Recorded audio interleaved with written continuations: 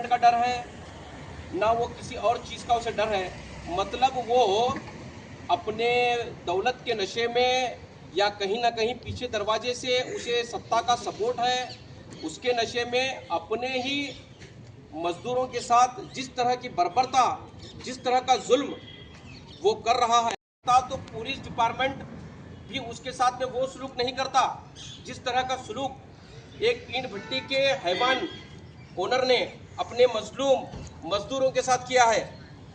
और हम इसका पूरी तरह से खंडन करते हैं और ख़ास करके मैं एसपी साहब से ये गुजारिश करता हूं कि वो इस केस में अब आप खुद संज्ञान ले और खुद इसकी मॉनिटरिंग करे और उसके ऊपर क्या सेक्शन लगा है उसे नॉन बेलेबल लगा करके उनको बेल बिल्कुल ना मिले, इस तरीके का उनके ऊपर एक्शन लिया जाए।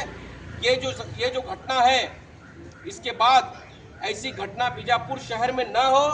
ये उत्तर कर्नाटक है, ये उत्तर कर्नाटक है। मैं पुलिस डिपार्टमेंट से भी गुजारिश करता हूँ कि ये उत्तर प्रदेश होने की कगार पर है। ವಿಜಯಪುರ ತಾಲೂಕಿನ ವಿಜಯಪುರ ಜಿಲ್ಲೆಯ ಹೊರವಲಯದಲ್ಲಿ ಗಾಂಧಿನಗರ ಹಾಗೂ ಸ್ಟಾರ್ ಚೌಕ್ ಎಂಬುವ ಒಂದು ಅಮಾನವೀಯ ಕೃತ್ಯ, ಈ ಇಟಂಗಿ ಭಟ್ಟಿಯಲ್ಲಿ ಕೆಲಸ ಮಾಡ್ತಿರುವಂಥ 3 ಮಂದಿ ಕೂಲಿ ಕಾರ್ಮಿಕರು ಇಟಂಗಿ ಭಟ್ಟಿಯ ಮಾಲೀಕರಾದಂಥ ಕೇಮೂರು ರಾಠೋಡ್ ಹಾಗೂ ಅವರ ಮಕ್ಕಳು ಕೂಡಿ ಅಮಾನವೀಯ ಒಂದು ಕೃತ್ಯವನ್ನು ಮಾಡಿದ್ದು, ಆ ಕೃತ್ಯವನ್ನು ಮಾನವ ಜನಾಂಗವನ್ನು ತಲೆ ತಗ್ಗಿಸುವಂಥ ಒಂದು ಕೃತ್ಯ. ಅವರು ದಿನಗೂಲಿ ಕೆಲಸಗಾರರಾಗಿದ್ದು ಅವರಲ್ಲಿ ಕೆಲಸ ಮಾಡ್ತಿರ್ತಾರೆ. ಅವರು ಕೇಮೂರು ರಾಠೋಡ್ ಅವರು ಇಟಂಗಿ ಭಟ್ಟಿಯಲ್ಲಿ ಅವರು 3 ಜನ ಕೆಲಸ ಮಾಡ್ತಿರ್ತಾರೆ. ಕೆಲಸ ಮಾಡುವಾಗ ಸಂಕ್ರಮಣ ಹಬ್ಬಕ್ಕೆಂದು ತಮ್ಮ ಊರಿಗೆ ಹೋಗಿರ್ತಾರೆ. ಅವರು ಸಂಕ್ರಮಣ ಹಬ್ಬಕ್ಕೆ ತಮ್ಮ ಊರಿಗೆ ಹೋದಾಗ ಹೊಳ್ಳಿ ತಡವಾಗಿ ಬಂದಿರೋದ್ರಿಂದ ಆ ಮಾಲೀಕ ಅವರಿಗೆ ಕಿರುಕುಳ ಕೊಡ್ತಿರ್ತಾನೆ.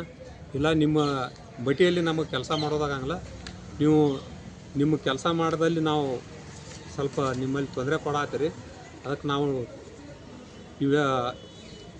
ದುಡ್ದಿದ್ದು ಹಿಸಾಬು ಮಾಡ್ರಿ ಅಂತ ಕೇಳ್ತಾರೆ. ಅವರು ಕೇಳಿದಾಗ ಅವ ಕುಪಿತಗೊಂಡು ಮಾಲಕ ಇವರು 2-3 ತಿಂಗಳದಿಂದ ಅಲ್ಲಿ ಅವರಲ್ಲಿ ಕೆಲಸ ಮಾಡಕತ್ತಾಗ ಅವ ರೋಷಗೊಂಡು, ನೀವು ಬಿಟ್ಟು ಹೋದ್ರೆ ನಮ್ಮಲ್ಲಿ ಯಾರು ಕೆಲಸ ಮಾಡ್ತಾರೆ ಅಂತೇಳಿ ಅವ್ರಿಗೆ ಜೀವ ಬೆದರಿಕೆ ಹಾಕಿ, ಅದು ಯಾವ ರೀತಿ ಅವರಿಗೆ ವರ್ತನೆ ಮಾಡಿದಾನಪ್ಪ ಅಂದ್ರೆ ಅವು ವಿಡಿಯೋ ಮುಖಾಂತರ ನೋಡ್ಬೇಕು ನೀವು. ಆ ಮನುಷ್ಯನೇ ಅಲ್ಲ, ಆ ಮನುಷ್ಯ ಆ ರೀತಿ ಮಾಡಿದ್ದಾರೆ. ಅದಕ್ಕೆ ಅವರಿಗೆ ಕಾನೂನು ಪ್ರಕಾರ ಶಿಕ್ಷೆ ಆಗಬೇಕು. ಅಲ್ಲಿ ಅನಧಿಕೃತವಾದಂಥ ಇಟಂಗಿ ಭಟ್ಟಿಗಳು ಏನು ನಡೆದವು ಅಂಥವ್ರನ್ನೆಲ್ಲ ಜಿಲ್ಲಾಡಳಿತ ಹಾಗೂ ಕಾರ್ಮಿಕ ಇಲಾಖೆ ಪತ್ತೆ ಹಚ್ಚಿ ಅವು ಅಂಥ ಇಟಂಗಿ ಭಟ್ಟಿಗಳನ್ನು ಬಂದ್ ಮಾಡಬೇಕು. ಆ ಕಾರ್ಮಿಕರಿಗೆ ರಕ್ಷಣೆ ಕೊಡಬೇಕು. ಅಂಥಲ್ಲಿ ಎಲ್ಲಿ ಇರ್ತದೋ ಕಾರ್ಮಿಕ ಇಲಾಖೆಯವರು ಹೋಗಿ ರಕ್ಷಣೆ ಕೊಡಬೇಕು. ಅವರು ದೌರ್ಜನ್ಯಕ್ಕೆ ಒಳಗಾದಂಥ 3 ಮಂದಿ ಉಮೇಶ್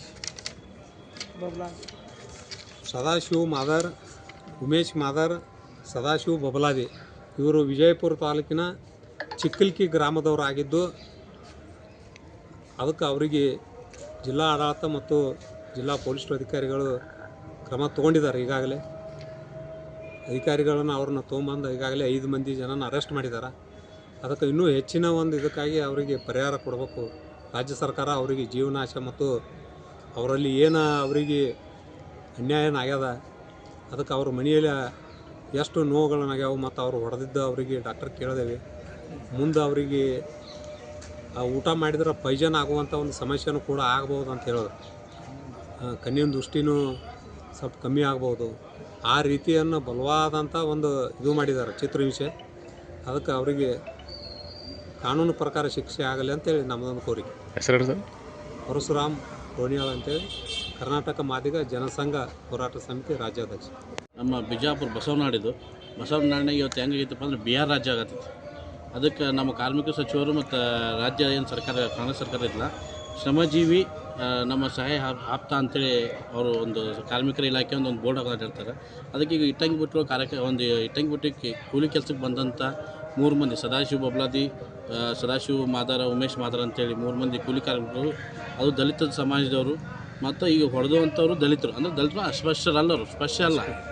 ಆ್ಯಕ್ಚುಲಿ ಅವ್ರ ಮ್ಯಾಗ ಅಟ್ರಾಸಿಟಿ ಕೇಸ್ ಮಾಡಬೇಕು. ಅಟ್ರಾಸಿಟಿ ಕೇಸ್ ಮಾಡಿಲ್ಲ ನಮ್ಮ ಇಲಾಖೆಯವ್ರು. ಯಾಕಂದ್ರೆ ಇನ್ನೊಂದು ಅವ್ರ ಮ್ಯಾಗ ಅನ್ಯಾಯ ಆಗಿರೋದು, ಯಾಕಂದ್ರೆ ಬರೀ 3 ದಿವಸ ಅಥವಾ 2 ದಿವಸ ಊರಿಗೆ ಹೋಗಿ ವಾಪಸ್ ಬಂದ ಮ್ಯಾಗ ಅವ್ರು ವಾಪಸ್ ಕೆಲ್ಸಕ್ಕಂತ ಬಂದಾರ.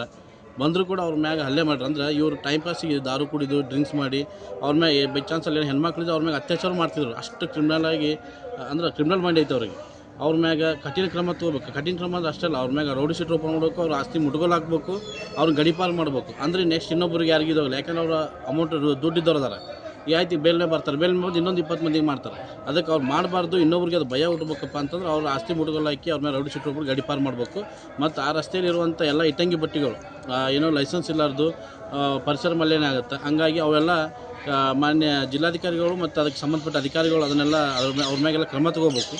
ಇಲ್ಲಿ ಮುಂದಿನ ದಿನಮಾನದಾಗ ನಾವು ಕನ್ನಡ ಮಾದಿಗ ಸಂಘ ಆಯಿತು, ದಲಿತ ಪರ ಸಂಘಟನೆಗಳಾಯಿತು ಎಲ್ಲ ಉಗ್ರ ಹೋರಾಟ ಮಾಡ್ತೇವೆ ಅಂತ ಹೇಳಕ್ಕೆ ಈ ಸಮಯದಾಗ ಹೇಳಕ್ಕೆ ಇಷ್ಟಪಡ್ತೀವಿ. ಸರ್ ಶ್ರೀಶೈಲ್ ರತ್ನಾಕರ್, ಕನ್ನಡ ಮಾದಿಗ ಸಂಘ ಜಿಲ್ಲಾಧ್ಯಕ್ಷ, ಬಿಜಾಪುರ. ವಿಜಯಪುರ ಜಿಲ್ಲೆಯಲ್ಲಿ ನಡೆದಿರ್ತಕ್ಕಂಥ ಈ ಮಾನವ ವಿರೋಧಿ ಚಟುವಟಿಕೆ ಏನು ಮಾಡಿದ್ದಾರೆ ಮತ್ತು ಮಾನವ ಹಕ್ಕುಗಳನ್ನು ಉಲ್ಲಂಘನೆ ಮಾಡೋದ್ರ ಮುಖಾಂತರ ಒಂದು ಜೀತದ ಆಳಾಗಿಟ್ಕೊಂಡು ಅವ್ರು ಏನಪ್ಪ ಅಂತ ಹಲ್ಲೆ ಮಾಡಿದ್ದಾರೆ. ನಿರಂತರವಾಗಿ ಅವ್ರ ಮೇಲೆ ಖಂಡಿಸಬೇಕು ಮತ್ತು ಇನ್ನೊಂದಪ್ಪ ಅವರು ಸೂಕ್ತ ಕ್ರಮ ಕೈಗೊಳ್ಳಬೇಕು ಅವ್ರ ಮೇಲೆ. ಇದು ಕೇವಲ ಒಂದು ಬೆಳಕಿಗೆ ಬಂದಿರತಕ್ಕಂಥ ಪ್ರಕರಣ. ಇಂಥ ಸಾವಿರಾರು ಪ್ರಕರಣಗಳು ಬೆಳಕಿಗೆ ಬರದೆ ಅವರಲ್ಲಿ ಏನಪ್ಪ ಅಂತ ಮುಚ್ಚಿ ಹೋಗ್ತಕ್ಕಂಥದ್ದನ್ನು ಕಾರ್ಮಿಕ ಇಲಾಖೆ ಎಚ್ಚರಗೊಳ್ಳಬೇಕು ಮತ್ತು ಪೊಲೀಸ್ ಇಲಾಖೆ ಎಚ್ಚರಗೊಂಡು ಒಂದು ಟಾಸ್ಕ್ ಫೋರ್ಸ್ ಸಮಿತಿ ಥರ ಮಾಡಿ ಎಲ್ಲೆಲ್ಲಿ ಕಾರ್ಮಿಕರು ಇರ್ತಾರೋ ಆ ಸ್ಥಳಗಳಿಗೆ ಭೇಟಿ ಕೊಡೋದು, ಅವ್ರನ್ನ ಯಾವ ಕಾರ್ಮಿಕರಿಗೆ ಆಗ್ತಕ್ಕಂಥ ತೊಂದರೆಗಳಿಗೆ ವಿಚಾರಿಸುವಂಥ ಕೆಲಸವನ್ನು ವಿಜಯಪುರ ಜಿಲ್ಲೆ ಕಾರ್ಮಿಕ ಇಲಾಖೆ ಅಥವಾ ರಾಜ್ಯ ಕಾರ್ಮಿಕ ಇಲಾಖೆ ಮಾಡಬೇಕು ಅಂತಕ್ಕಂಥ ಒಂದು ಒತ್ತಾಯವನ್ನು ಈ ಸಂದರ್ಭದಲ್ಲಿ ಮಾಡ್ತಾ ಇದ್ದಾರೆ. ಶ್ರೀನಾಥ್ ಪೂಜಾರಿ. ಬಿಜಾಪುರದಲ್ಲಿ ಇಟ್ಟಂಗಿ ಬಟ್ಟಿ ಮಾಲೀಕರು 3 ಜನ ಕಾರ್ಮಿಕರ ಮೇಲೆ ಅಮಾನುಷವಾಗಿ ಏನು ಹಲ್ಲೆ ಮಾಡಿದ್ದಾರೆ, ಅದು ಎಲ್ಲ ಪ್ರಗತಿಪರ ಸಂಘಟನೆ ಮತ್ತು ಕಾರ್ಮಿಕ ಸಂಘಟನೆಗಳು ನಾವು ಖಂಡನೆ ಮಾಡ್ತಾ ಇದ್ದೀವಿ.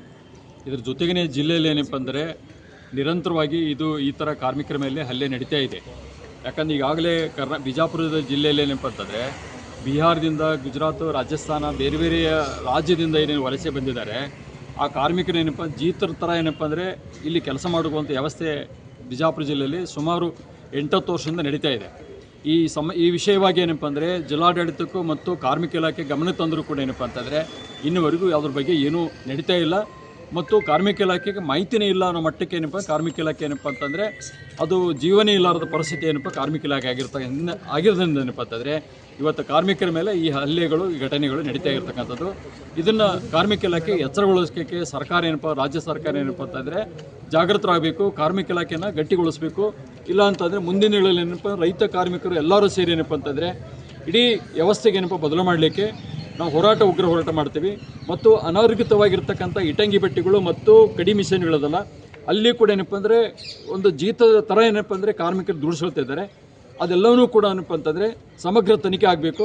ಆ ತನಿಖೆ ಆಗುವವರೆಗೆ ಏನಪ್ಪ ನಾವು ಹೋರಾಟವನ್ನು ಮುಂದಿನ ದಿನಗಳಲ್ಲಿ ಏನಪ್ಪ ಅಂದರೆ ಹೋರಾಟ ಮಾಡಲಿಕ್ಕೆ ಎಲ್ಲ ಕಾರ್ಮಿಕ ಸಂಘಟನೆಗಳು ನಾವು ಸಜ್ಜಾಗಿ ನಿಂತಿದ್ದೀವಿ ಅಂತ. ಧನ್ಯವಾದಗಳು. ಪ್ರೌಢ ಪಾಟೀಲ್, ಅಸಂಘಟಿತ ಕಾರ್ಮಿಕರ ಯೂನಿಯನ್, ವಿಜಯಪುರ. ಬಿಜಾಪುರ ಜಿಲ್ಲೆ ಕರಿಯಪ್ಪ ಕರ್ನಾಟಕ ಜನಶಕ್ತಿ ರಾಜ್ಯ ಕಾರ್ಯದರ್ಶಿ. Thank you.